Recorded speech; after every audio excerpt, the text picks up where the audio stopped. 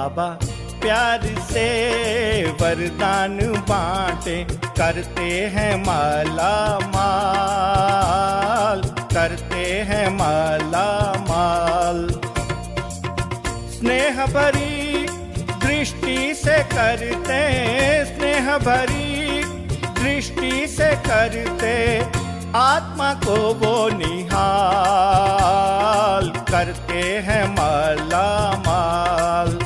बाबा प्यार से वरदान बांटे, बाबा प्यार से वरदान बांटे, करते हैं माला माल, करते हैं माला माल।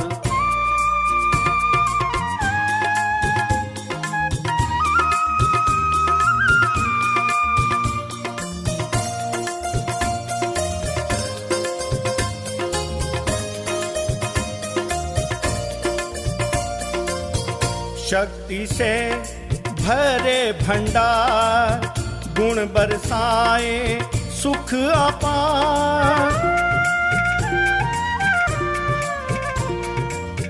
खुशियां दे अपरम अपार, निराकार सबका आधार। अधरों पे सबके उनकी महिमा, अधरों पे सबके उनकी महिमा, वाह क्या कर दी कमाल, करते हैं माला माल। बाबा प्यार से वरदान बांटे, बाबा प्यार से वरदान बांटे, करते हैं माला माल, करते हैं माला माल।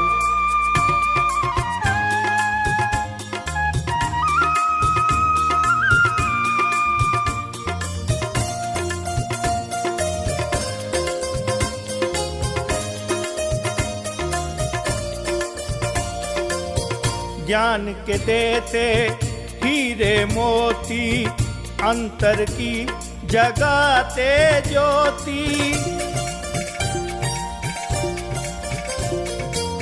पवित्रता का अमृत बरसे, शिव जगाते आत्मा सोती। जिसको वो दाता मिल जाए। ओम शांति। ओम शांति। आज प्यारे बाबा की 8 तारीख के महावाक्य हैं। आज बाबा ने हम बच्चों को बहुत टेंशन दिलाया कि हमें हर कदम श्रीमद् प्रमाण चलना है। जब हम भगवान के बच्चे बने हैं तो हमें ऐसा कोई भी पाप कर्म नहीं करना जो सजा खानी पड़े। क्योंकि बाबा कहते हैं बच्चे भक्ति में करते थे तो अनजान थे, अभी तो ज्ञान मिल गया है, समझ मिल गई है, इसीलिए ऐसा कोई भी पाप कर्म नहीं करना है।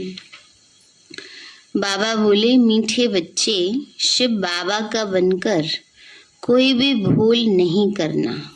भूल करने से बाप का नाम बदनाम कर देंगे। मीठे बच्चे शिव बाबा का बनकर कोई भी भूल नहीं करना। भूल करने से बाप का नाम बदनाम कर देंगे। प्रश्न है सबसे बड़ी प्रवृत्ति किसकी है और कैसे? प्रवृत्ति माना परिवार, गृहस्थ। बाबा बोले शिव बाबा की सबसे बड़ी प्रवृत्ति है भक्ति में सब त्वमेव माताश्च पिता कहकर पुकारते हैं, तो प्रवृत्ति वाला हुआ ना। परंतु जब तक वह साकार में ना आए तब तक उनकी कोई प्रवृत्ति नहीं है, क्योंकि ऊपर में तो आत्माएं बाप के साथ निराकारी रूप में रहती हैं। जब साकार में आकर इनमें प्रवेश करते हैं तो सबसे बड़ी प्रवृत्ति है। बाबा ने कहा जब साकार में आए, ब्रह्मा तन में प्रवेश करे, तभी तो हमें बच्चा कहे ना। तो बाबा ने कहा तो तब उनकी सबसे बड़ी प्रवृत्ति है, परिवार है। ओम शांति। भारत खास और दुनिया आम यह नहीं जानते कि बेहद का बाप निवृत्ति वाला है या प्रवृत्ति वाला है। जब बाप आते हैं तो बच्चे बच्चे कहकर बुलाते हैं, क्योंकि उनको पुकारा भी जाता है। त्वमेव माता श पिता त्वमेव, त्वमेव बंधु सखा त्वमेव। तो गृहस्थी बन जाते हैं। वहाँ तो सब जानते हैं शिव निराकार है। भले शिव का आकार है, परंतु बाल बच्चे तो नहीं हैं। अगर हैं भी तो सब आत्माएं बच्चे हैं। सब एक जैसे बच्चे हैं, इसलिए समझते हैं सब परमात्मा है। आत्मा भी बिंदी रूप है और परमात्मा का भी बिंदी रूप है। गृहस्थी लोग ही गाते हैं त्वमेव माता श पिता त्वमेव। सन्यासी निवृत्ति मार्ग वाले कह देते हैं परमात्मा तो ब्रह्म है। वह त्वमेव माता श पिता नहीं कहेंगे, उनका मार्ग अलग है। यह भी भूल से लक्ष्मी नारायण के आगे जाकर महिमा गाते हैं त्वमेव माता श पिता त्वमेव। यह कहेंगे या कहेंगे अच्युतम केशवम राम नारायणम जानकी वल्लभम न। तो भक्ति मार्ग में स्तुतियां तो अथा गाते हैं। वास्तव में परमात्मा बाप है। उनसे वर्षा कैसे और क्या मिलना है तुम बच्चे जानते हो। वह बाप भी है, दादा भी है, तो बड़ी माँ भी है, प्रजा पिता भी है। इसके द्वारा कहते हैं बच्चे मैं तुम्हारा बाप भी हूँ। फिर मुझे भी प्रवृत्ति मार्ग में आना पड़ता है। ब्रह्मा द्वारा कहते हैं बच्चे मैं तुम्हारा बाप हूँ, और बाप को बाप है तो परिवार भी है ना, तो प्रवृत्ति में आना ही पड़ता है।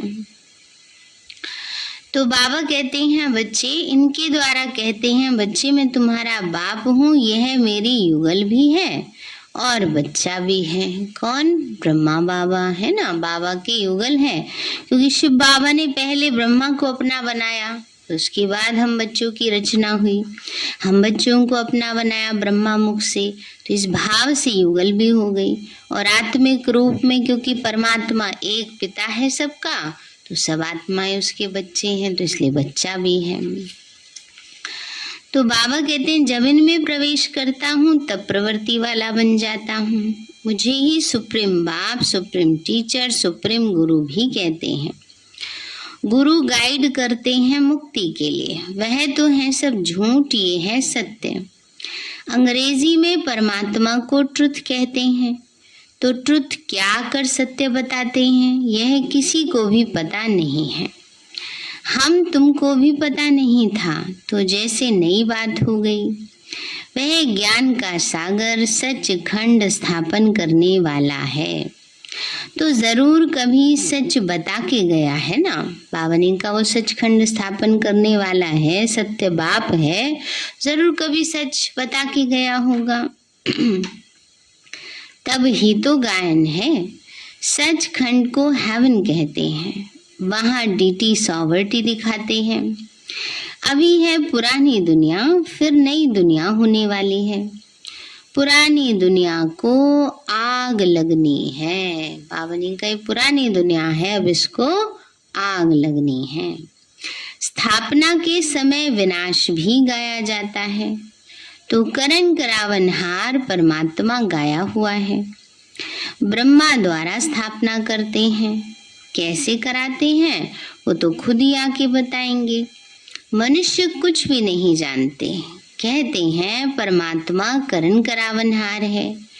और फिर ड्रामा का भी पता पड़ गया है। कलयुग अंत और सतयुग आदि इस संगम को ही ऊंचा मानना चाहिए। कलयुग के बाद आता है सतयुग, फिर नीचे उतरना होता है। स्वर्ग नरक गाया हुआ है। मनुष्य मरते हैं तो कहते हैं स्वर्गवासी हुआ, तो जरूर कोई समय स्वर्गवासी हुए हैं। यह खास भारतवासी ही कहते हैं ना। बाबा ने का कोई शरीर छोड़ता है तो कहते हैं स्वर्गवासी हुआ, तो जरूर कभी हुआ होगा, स्वर्ग में गए होंगे तभी तो याद करते हैं ना। तो बाबा ने कहा बच्चे भारतवासी ही कहते हैं क्योंकि जानते हैं कि भारत सबसे प्राचीन है, तो जरूर यही हेवन होगा। बातें कितनी सहज हैं, परंतु ड्रामा अनुसार समझते नहीं हैं।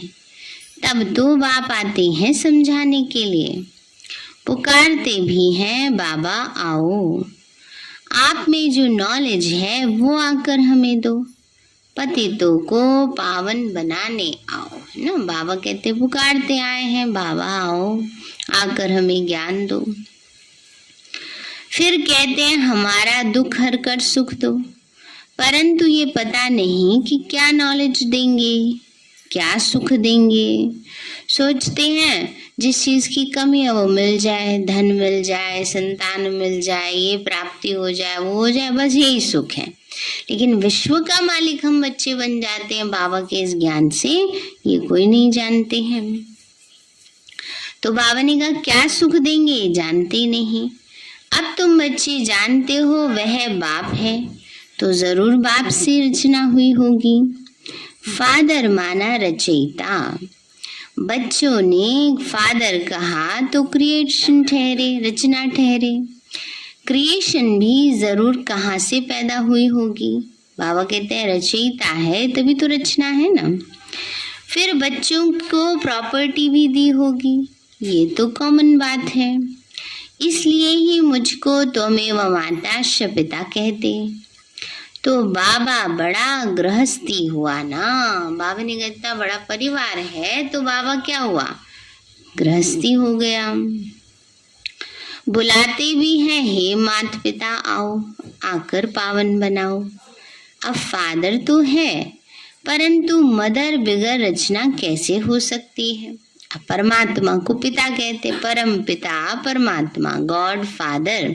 तो बाबा ने कहा मदर भी चाहिए, तो ब्रह्मा के तन में आते हैं, उसको अडॉप्ट करते हैं। तो बाबा कहते ये हो गई बड़ी माँ, इसलिए कहते हैं ब्रह्मा माना बड़ी माँ।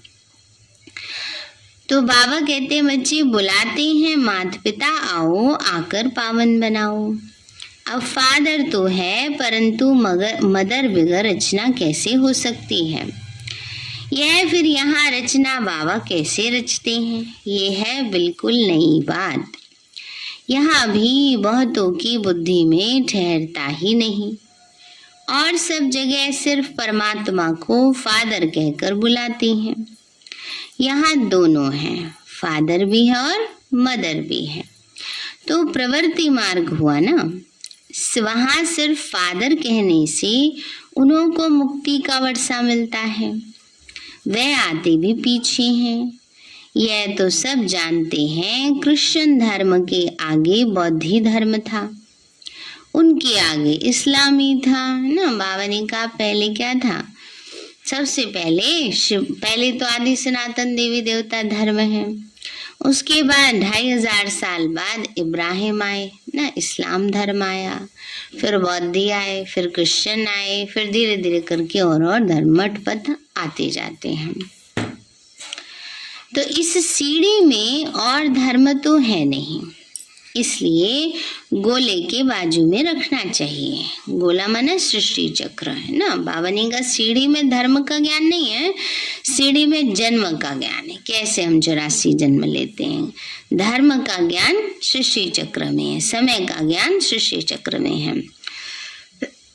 तो बाबा कहते दोनों को लगाना चाहिए। ये है पाठशाला। अब पाठशाला में सिर्फ एक किताब थोड़ी होगी, पाठशाला में तो मैप्स भी चाहिए। बाबा ने कहा सारी चीजें होते हैं पढ़ाई लिखाई के ना, मैप्स भी चाहिए ना, और भी चीजें चाहिए। वह जिस्मानी विद्या तो काम में नहीं आएगी, मैप्स से मनुष्य झट समझ जाएंगे। ये तुम्हारे मुख्य मैप्स हैं, कितना विस्तार से समझाया जाता है, फिर भी पत्थर बुद्धि समझते नहीं है। बाबा ने समझाया है प्रदर्शनी में त्रिमूर्ति पर ही पहले समझाना है। यह तुम्हारा बाबा है, वो दादा है, तो ज्ञान कैसे देवे, वर्षा कैसे देवे। भारतवासियों को ही वर्षा मिलना है, परमपिता परमात्मा ब्राह्मण देवता क्षत्रिय 3 धर्म की स्थापना करते हैं। ब्रह्मा द्वारा ब्राह्मण ही रचते हैं। ये है यज्ञ। इसको कहा जाता है रुद्र ज्ञान यज्ञ। बाबा ने कहा ब्रह्मा के द्वारा ब्राह्मण रचते हैं ज्ञान देकर, तो बाबा ने कहा ये क्या हो गया? यज्ञ हो गया, है ना। यज्ञ को क्या कहा जाता है? रुद्र ज्ञान यज्ञ।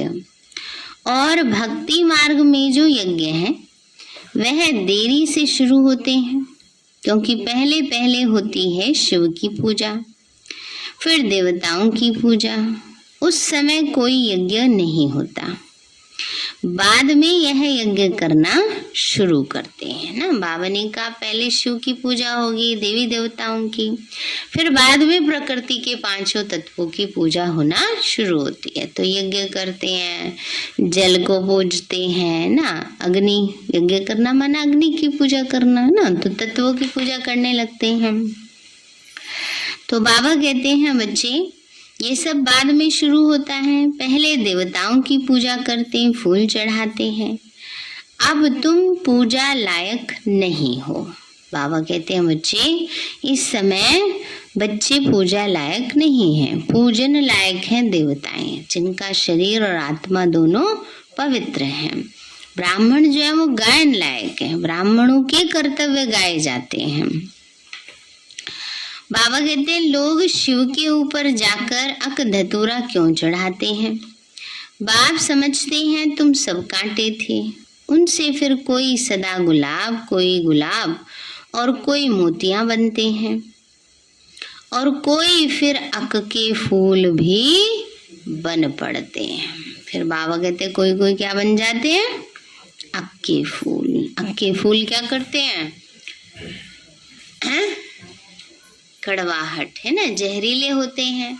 तो डिससर्विस करने वाले क्या हैं? जैसे अक के फूल हैं। बाबा के बच्चे बन जाते हैं, बाबा बाबा भी करते रहते हैं और बाबा की डिससर्विस भी करते रहते हैं। तो बाबा कहते हैं बच्चे तो अक के फूल भी बन जाते हैं, कोई काम के नहीं रहते। शिव बाबा पर सब कांटे चढ़ते, फिर उन्हों को फूल बनाते, परंतु फूलों की भी वैरायटी बन जाती है। बगीचे में वैरायटी फूल होते हैं ना, तुम्हारे में भी नंबरवार हैं। कोई तख्त नशीन बनेंगे, कोई क्या बनेंगे। यह सब बातें बाप ही समझाते हैं और कोई समझा न सके। भक्ति मार्ग में कितना लंबा चौड़ा है, परंतु उसमें ज्ञान जरा भी नहीं। सतयुग में देवी देवताएं थी, कलयुग में एक भी देवता नहीं। तो जरूर परमात्मा ने मनुष्यों को देवता बनाया होगा। तो बाप आकर ऐसा कर्म सिखलाते हैं जो मनुष्य सीख कर दैवी गुण धारण कर देवी देवता बन गए। बाबा ने कहा ऐसे कर्म सिखा रहे हैं जो सीख के देवी गुण धारण करके क्या बन जाते? देवी देवता बन जाते। और धर्म वाले क्या सिखलाएंगे, क्योंकि उन्हों को तो ऊपर से उनकी पिछाड़ी में आना है। वह तो सिर्फ पवित्रता का ज्ञान देते। क्राइस्ट जब आता तो कृष्ण कोई है नहीं, ऊपर से उनके पिछाड़ी आते। क्राइस्ट आएंगे, ज्ञान सुनाएंगे, उस ज्ञान को जो सुनेंगे वही तो कृष्ण बनेंगे ना। तो बाबा ने कहा पहले धर्म स्थापक आत्मा आती, उसके पीछे और दूसरी धर्म की आत्मा आती है। बाबा ने समझाया है मुख्य धर्म है 4, जो धर्म स्थापन करते उनका जो शास्त्र है उनको कहा ही जाता है धर्म शास्त्र। तो मुख्य है 4 धर्म, बाकी सब हैं छोटे छोटे धर्म जो वृद्धि को पाते रहते हैं। इस्लामी धर्म का शास्त्र अपना है, बौद्धियों का अपना है। तो धर्म शास्त्र सिर्फ यही ठहरे। ब्राह्मण धर्म तो अभी का है, तो वो लोग गाते हैं ब्राह्मण देवताय नमः। तो उन ब्राह्मणों को समझाना है कि परमात्मा जब ब्रह्मा द्वारा आकर ब्रह्मा मुख वंशावली रचते हैं वही सच्चे ब्राह्मण है ना। बावनिका कहते हैं ब्राह्मण देवताएं नमः, तो देवी देवताएं जो होते हैं वो भी ब्राह्मणों को नमन करते हैं। इसीलिए कितना भी बड़ा कोई राजा महाराजा हो, ब्राह्मणों के सामने सब झुकते थे। तो बाबा हम बच्चों को यही समझाते हैं कि इस समय जो हम बच्चे ब्राह्मण हैं उनका पद देवताओं से भी ऊंचा है। बाबा कहते हैं बच्चे तुम सिर्फ अपने को ब्राह्मण कहलाते हो परंतु अर्थ नहीं जानते। ब्रह्मा भोजन जब खाते हैं तो संस्कृत में श्लोक पढ़ लेते हैं, ब्रह्मा भोजन की महिमा गाते हैं, महिमा सारी फालतू करते हैं। उनसे पूछना चाहिए तुम ब्राह्मण कैसे ठहरे। पहले तो ब्रह्मा चाहिए जिसके द्वारा परमात्मा सृष्टि रचे। तो सच्चे ब्राह्मण हो तुम। ब्राह्मणों को तो चोटी दिखाते हैं, विराट रूप में फिर ब्राह्मण दिखाते नहीं, तो ब्राह्मण आए कहाँ से।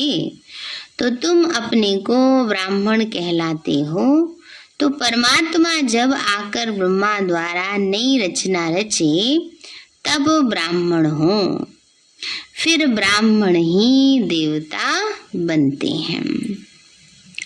ब्राह्मण होते ही हैं संगम पर। कलयुग में सब शूद्र है। बाबा ने कहा ब्राह्मण कब बनते, जब शिव बाबा आए ब्रह्मा मुख से हमें ज्ञान दे, बाकी नहीं तो कर्म के आधार से सब किस में जा चुके हैं, शूद्र वर्ण में, है ना। पतित कर्म कर रहे हैं, चाहे कोई ब्राह्मण है चाहे कोई भी है, लेकिन विकारों के वश होकर जब कर्म किया जाता है तो वो कर्म कैसा बन जाता है, विकर्म बनता है, पतित कर्म बनता है। तो बाबा ने कहा मनुष्य कैसे कर्म कर रहे थे, बिल्कुल पतित कर्म कर रहे थे ना। इसलिए दूसरे की गंदगी उठा रहे थे, माना एक दूसरे की बुराइयां देखना है, एक दूसरे को कांटे चुभोना है ना, तो ये सब पतित कर्म होते हैं। इसलिए बाबा कहते कर्म के आधार से सारा विश्व जैसे शूद्र वर्ण में आ चुका था। फिर बाबा आकर ज्ञान देकर हमें क्या बनाते, शूद्र से ब्राह्मण बनाते हैं। तो बाबा ने कहा बच्चे ब्राह्मणों की बहुत महिमा करते, ये सब बातें बाबा ही समझाते हैं। अल्फ बे और बाकी है डिटेल। भक्ति का भी समझाना पड़े, बाबा कह देते हैं तुम कोई भगत हो, बाकी बाबा कभी गुस्सा आदि नहीं करते हैं। बाबा कहते कई बार बच्चे इतना ज्यादा हो जाते हैं तो बच्चों को कहते हैं बच्चे तुम क्या भगत हो, तुम तो बच्चे हो ना, अधिकारी हो, बाप समझानी तो देगा ना। बाबा कहते समझाने के लिए तो बाबा समझाएंगे ही ना, बाकी थोड़ी कोई बाबा गुस्सा कर रहे हैं। कई बार किसी किसी को समझाना भी गुस्सा करना लगता है ना, किसी को ऐसे नहीं करो तो कहेंगे गुस्सा करते हैं, है ना। वो गुस्सा करना थोड़ी, अगर नहीं समझाएंगे तो कहेंगे समझाया नहीं, वो कान काटने वाली बात हो जाएगी। चोर ने अपनी माँ का कान काट लिया, क्यों, उसने समझाया नहीं मुझे, पहले समझा देती तो थोड़े मैं इतना बड़ा चोर बनता और इतना वो होता। किसी को समझाने दो तो बुरा लगता है, कोई आजकल सुनना नहीं चाहता। तो बाबा कहते हैं बच्चे इसलिए बाबा को गुस्सा नहीं करते, बाप तो समझा नहीं देगा, क्योंकि बच्चे अगर भूल करते तो नाम बदनाम किसका होगा, शिव बाबा का। इसलिए बाबा बच्चों के कल्याणार्थ शिक्षा देते। समझो इनसे कोई भूल हो जाती है तो भी उसको सुधारने के लिए ड्रामा में नूंद है, उससे भी फायदा निकलेगा, क्योंकि यह बड़ा बच्चा है। बाबा कहते हैं बच्चे क्या है, ये बड़ा बच्चा है, कौन, ब्रह्मा, है ना। तो बाबा कहते हैं अगर कोई भूल हो भी जाती है तो बाबा बाबा उसको अकल्याण को भी कल्याण में बदल देंगे, है ना। वैसे तो ब्रह्मा बाबा कोई भूल करेंगे नहीं, क्योंकि आत्मा इतनी हाईएस्ट लेवल की पुरुषार्थी है, तो इसलिए कोई ऐसा पाप कर्म करेंगे नहीं। पर फिर भी कई बार ऐसे देखने वालों को लगता है कि नहीं बाबा ऐसे नहीं, ऐसे करता तो ज्यादा अच्छा होता, तो बाबा उसमें ही फिर फायदा कर देंगे। तो ये कहते हैं ऐसे करो तो कर देना चाहिए, तो नुकसान में भी फायदा निकल आएगा।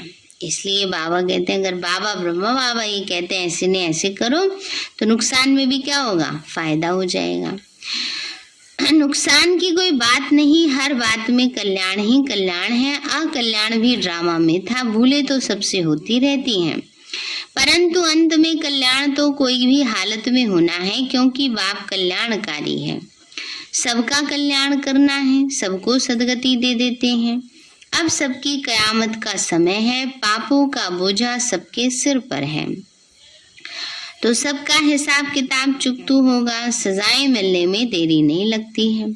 सेकंड में जीवन मुक्ति मिलती है, तो क्या सेकंड में पापों की सजा नहीं भोग सकते? जैसे काशी कलवट में होता है तो शरीर छूट जाता है ना। पहले क्या करते थे, काशी में जाते थे, शिव काशी कहते, कुएं में कूद जाते थे, आरा लगा होता था, गर्दन कट के शिवलिंग पर गिर जाती थी। सोचते थे हम भगवान पर बलिहार हो गए। अब भगवान ये थोड़ी कह रहे तुम अपनी गर्दन काट के रख दो। भगवान कह रहे जो तुम्हारे अंदर 5 विकार रावण है उसको समर्पित करो, है ना, बुराइयों को समर्पित करो। तो बाबा कहते हैं बच्चे, परंतु ऐसे नहीं शिव बाबा से जाके मिलेंगे, नहीं, सिर्फ पिछले पापों का हिसाब चुकतू हो, नए सिरे शुरू हो जाता है। बीच से कोई वापस जा नहीं सकता। भले ज्ञान सेकंड का है, परंतु पढ़ाई तो पढ़नी है। रोज शिव बाबा की आत्मा जो ज्ञान का सागर है वही आकर पढ़ाते हैं। कृष्ण तो देहधारी है, पुनर्जन्म में आते हैं, बाबा तो अजन्मा है। जिनको पढ़ना नहीं है वह तो जरूरी विघ्न डालेंगे। यज्ञ में विघ्न तो पड़ेंगे, अबलाओं पर अत्याचार होंगे। वो सब कुछ हो रहा है कल्प पहले माफिक। असुर कैसे हंगामा करते हैं, चित्र फाड़ते हैं। कोई समय आग लगाने में भी देरी नहीं करते हैं। हम क्या करेंगे, अंदर में समझते हैं भावी, बाहर में पुलिस आदि को रिपोर्ट करनी पड़ेगी। अंदर में जानते हैं कल्प पहले जो हुआ था सो होगा, इसमें दुख की कोई बात नहीं। कई बार ऐसे कर देते, अपोज करने वाले चित्र फाड़ देते थे, विघ्न डालते थे। तो अगर बहुत ज्यादा स्थिति खराब हो जाती है तो फिर बाबा कहते फिर तो पुलिस में रिपोर्ट करनी पड़े ना, अगर कोई बहुत ज्यादा परेशान करते हैं, डिस्टर्ब करते हैं तो इसमें दुख हुआ कोई बात नहीं, नुकसान हुआ, धोबी के घर से गई छू, फिर दूसरा बन जाएगा। बाबा कहते समझो चित्र फाड़ दिए, इंश्योरेंस करा दो, है ना, तो दोबारा बन जाएंगे। बाबा ने कह दिया है जहां प्रदर्शनी आदि करते हो तो 8 दिन के लिए इंश्योरेंस करा दो। 8 दिन का भी होता है इंश्योरेंस बाबा ने कहा तो होता होगा। कोई अच्छा आदमी होगा तो चार्ज भी नहीं लेगा, ना इंश्योरेंस किया तो भी क्या होगा, फिर नए चित्र अच्छे और बन जाएंगे। कदम कदम में पदम है, तुम्हारा कदम कदम सेकंड सेकंड बहुत वैल्यूबल है। तुम पदम पति बनते हो 21 जन्मों के लिए। बाबा से वर्षा लेते हो तो कितना अच्छी रीति समझाना चाहिए। वहां स्वर्ग में तुम्हारे पास अनगिनत धन होगा, गिनती की तो बात ही नहीं है। तो कितना बाबा तुमको धनवान सुखी बनाते हैं। इनकम कितनी बड़ी है, प्रजा भी कितनी साहूकार बनती है। ये है सोर्स ऑफ इनकम 21 जन्मों के लिए। ये है मनुष्य से देवता बनने की पाठशाला। पढ़ाता कौन है, कौन पढ़ा रहे हैं, शिव बाबा। बाप पढ़ाते हैं। फिर ऐसी पढ़ाई में गफलत नहीं करनी चाहिए। अच्छा मीठे मीठे सिक्के लदे बच्चों प्रति माता पिता प्यार और गुड मॉर्निंग। रूहानी बाप की रूहानी बच्चों को नमस्ते। रूहानी हम बच्चों की रूहानी माता पिता बाप दादा को नमस्ते नमस्ते नमस्ते बाबा नमस्ते। धारणा के लिए मुख्य सार है, सदा स्मृति रहे कि इस कल्याणकारी युग में हर बात में कल्याण है।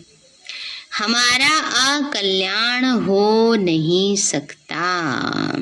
बाबा ने कितनी अच्छी बात कही, हमारा कल्याण हो नहीं सकता। हर बात में हमारा कल्याण समाया हुआ है। हर बात में कल्याण समझ सदा निश्चिंत रहना है। दूसरा है, सदा गुलाब बनने के लिए पढ़ाई पर पूरा पूरा ध्यान देना है। पढ़ाई में गफलत नहीं करनी है। पढ़ाई पे पूरा पूरा ध्यान भी देना है और पढ़ाई में गफलत नहीं करनी है। अक का फूल नहीं बनना है ना। बाबा कहते क्या बनना है? सदा गुलाब बनना है। अक का फूल नहीं बनना है। ऐसा काम नहीं करना डिससर्विस करने वाला, कड़वाहट अंदर हो, बुराइयां अंदर हो। वरदान दिया बाबा ने, सबको रिगार्ड देते हुए अपना रिकॉर्ड ठीक रखने वाले सर्व के स्नेही भव। सबको रिगार्ड देते हुए अपना रिकॉर्ड ठीक रखने वाले सर्व के स्नेही भव। बाबा बोले जितना जो सभी को रिगार्ड देता है उतना ही अपने रिकॉर्ड को ठीक रख सकता है। दूसरों को का रिगार्ड रखना अपना रिकॉर्ड बनाना।